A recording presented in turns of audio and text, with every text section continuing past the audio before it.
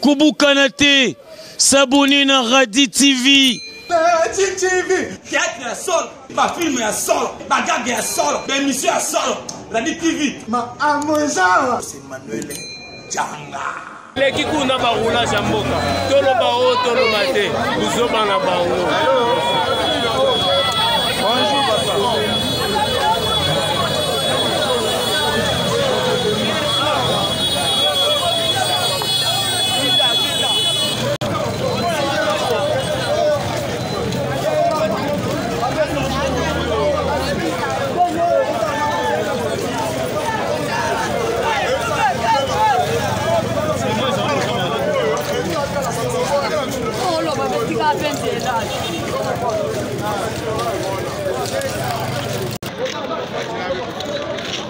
Voilà, Awa Tozana Kinshasa, comme vous le savez, c'est le frère Timba Mwanda. Nebi que Potala Ramini Radi TV. Radi TV est un peu partout dans le monde, partout dans le monde. Batapoto, Bozomona, comme est-ce que nous les Congolais nous souffrons. Nous sommes comme Makasi. Le loba n'a pas ça l'examen, premier tour dans la dissertation. Mais tout le monde bamoteur bazo salate ba chauffeur taxi ba salate nous sommes pour une difficulté les qui tournent en boca. Alors de ma part je peux juste directement m'adresser plutôt au chef de l'État, notre président, son excellence Papa Fati Béton.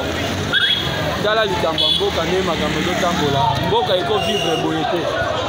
Donc tala ba makele ndenge ezokende donc batu bazo sala te eloko moko te donc eza vraiment pas mingi bo continuer kolanda chaîne ya radio ya Radi TV na kata YouTube et puis on est partout dans le monde nzambe apambola bino s'abonnez-vous massivement awa nazana Kinshasa boyebi na matadi melelo siko tozana Kinshasa tozana nolwe de victoire donc makambo eza ko yinda donc Kinshasa mobimba eza ko yinda kana mo ya des autres ba masasi ezobeta ba des autres ezosalema merci. Déclaré toi na yo.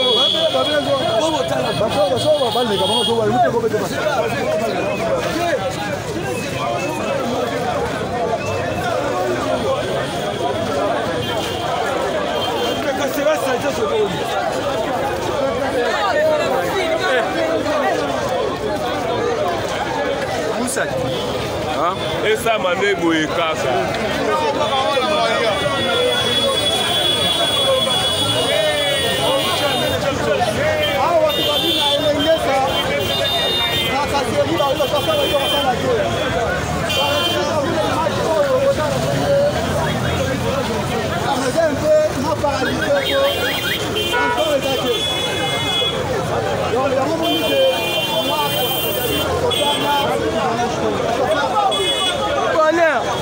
Bonheur. On te donne là on a vu le deux.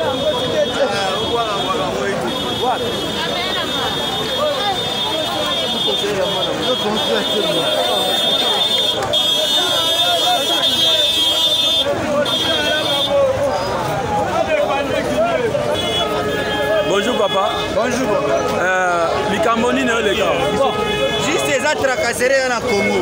Congo loi exate. Ande on a besoin de souffrir. On comprend. Congo loi exate. Ande on a besoin de souffrir. Yala kaka lelo acte ni zo poser na Congo. Ba na premier jour examen d'état. Mais tala makamezo le kanambo na mboka Congo. Est-ce que ba na bagesa l'examen ba kozana mémoire calme ba sa l'examen. En tout cas na tsusuki ka wana. Aba mokodi. Luka vina yo. Sala mboka o eponga.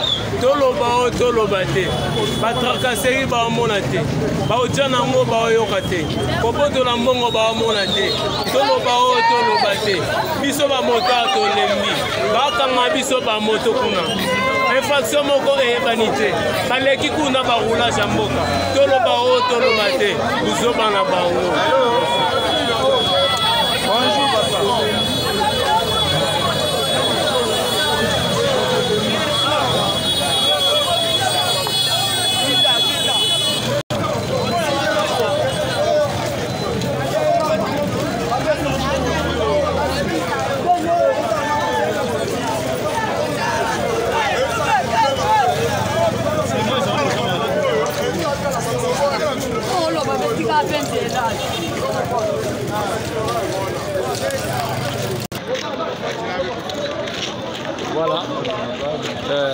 awa toza na Kinshasa. Comme vous le savez, c'est le frère Ntimba Mwanda. Nebi ke potala ramini Radi TV. Radi TV est là pour nous panza sango partout dans le monde, partout dans le monde. Batapoto, bozomona comme est-ce que nous les Congolais nous souffrons. Nous sommes comme Makasi. Le loba na foka sala examen, premier tour na bango ya dissertation. Mais tout le monde va moteur, bazo sala te, ba chauffeur taxi ba sala te. Nous sommes pour une difficulté les qui tournent en boca. Alors de ma part, je peux juste directement m'adresser plutôt au chef de l'État, notre président, son excellence, Papa Fachi Béton. Tala likambo mboka ne makambo zotambola mboka eko vivre boyete. Donc tala ba makele ndenge ezokende donc batu bazo sala te eloko moko te donc eza vraiment pas mingi bo continuer kolanda chaîne ya radio ya Radi TV na kata YouTube et puis on est partout dans le monde. Nzambe apambola bino, s'abonnez-vous massivement awa naza na Kinshasa boyebi na metadi melelo siko toza na Kinshasa toza na nolwe de victoire donc makambo eza ko yinda ko Kinshasa mobimba eza ko yinda kana au moins des autres ba masasi ezobeta ba des autres ezosale. Merci. Bonjour, bonsoir, la balandinho sur la télévision partout dans le monde entier. Bozali, tout est copié sur Sango. Information oyo ezalelo na mboka na biso ya Kinshasa. Oyo soulèvement populaire et bandit déjà. Bandeko basiliki comme transport ezate et bazako tumba bapine, bazako pelisa biloko ebele bandeko na ngai. Mboka ya biso Nzambe asungango. Bandeko basiliki lelo ba Congolais ba mboka bao ba vivre na taux du jour ba tomboki. Makambo oyo journée mobimba Kinshasa mobimba eza kopela moto nde kopela to éviter nini gouvernement mokonzi mboka aza koloba nini pour la population ba kinois lelo batomboki balamuki kaka ne to mona fait décide makambo yo salama Congo pelelo esimbi to éviter chef de l'état ce qui a eu déjà mesure nini concernant bato oyo population baza kotambola bao ba vivre à taux du jour mboka biso eza bato oyo ba vivre à taux du jour. Ceux qui bokangeli bango ba marché, bokangeli ba transport, ba moto, en tout cas ba to vivre te. Na oyo komi selon bato baza local na Kinshasa, oyo baza ba représentant ya radio télévision na monde entier, oyo baza sur place à Kinshasa azu ba image aza routine yango concernant ndenge boyoki ba plainte ya bato nde baza koloba, en tout cas roulage à déranger population à l'est.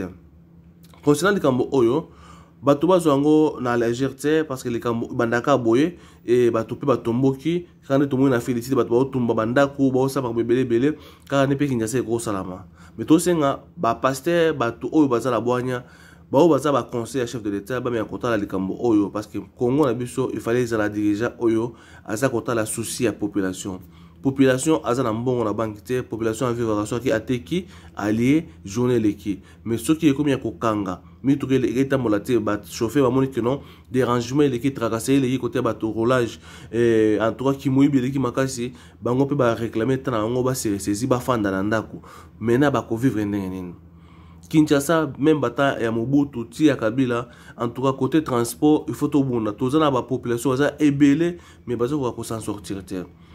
Yango oyo eza message ya lelo moto epeli oyo tosenga bakonzi batia maele na kota la bien-être ya Congolais bana oyo baotanga lelo faut basala dissertation na bango bakosala yango te parce que trouble oyo boza komona oyo mais côté mosusu masasi eza kobeta nde kobeta batiko kobo partout eza kobeta la commune nyonso ya Kinshasa eza moto oyo ezaki moko aza côté ya Victoire ope muso za côté ya limité à kotinda ope za côté ya Lemba baza kotinda ba image bozo ba image belé oyo za ko passer lelo eza ko se passer lelo na Congo précisément na ville province ya Kinshasa peuple congolais totia mboka biso mboka Nzambe parce que ceux qui peuple congolais ba ko tumbuka boye mingi za malamu te ba oyo ba mesana ba cop na bango ba oyo ba mesana koluka kwanga na bango ceux qui ba mo suluka ba siliki boye toi trop c'est trop il fallait chef de l'état atala quand même moins de vivre ya ba congolais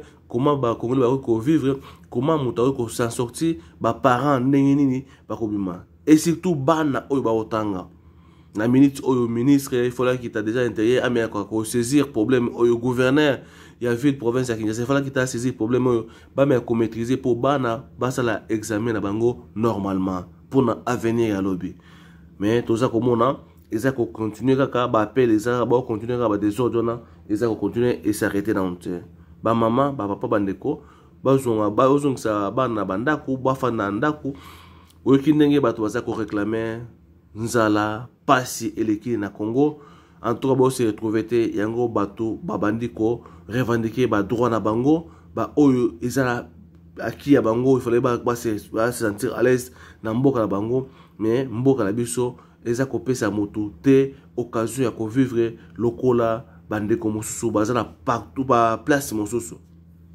toza ko bungisa bandeko na biso ba ko fana mai bandeko na biso o baza ko koma lokola ba tu mosusu na mboka mosusu concernant traitement ya bandeko na biso ba konzi na biso boko ate kozwa congolais lokola mutu oyo a mérité kozala kimia mutu oyo a mérité kozala quand même na mon honneur na mon dignité ezate. Merci beaucoup de partager la vidéo de la vidéo. Merci beaucoup. C'est-à-dire, vous s'abonner. Et Radi TV.